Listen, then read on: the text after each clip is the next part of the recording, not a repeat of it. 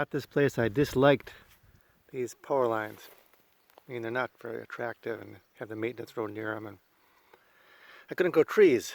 I have 8 acres of this land that I own, but I can't use for anything much.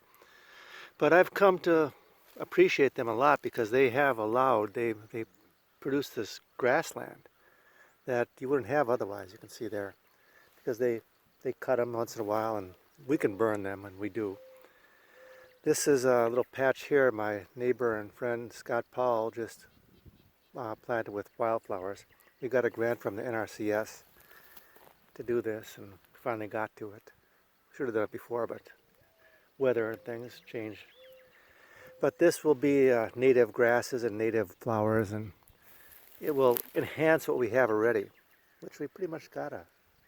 You just leave it alone, burn it, and cut it once in a while, you get pretty much of the native plants. But anyway, this is our new thing, and I have a plan, and I don't know if I'll be able to make it happen, but my plan is to burn these different times of the year, because as everybody knows, the grasslands are maintained by fire and by grazing. I can't have any grazing, but I can make fire.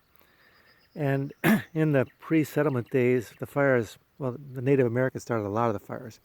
They tended to do that in the winter when they were burning for the next year. But grass fires were also started by lightning, and lightning happens around Virginia in June, July, May a little bit.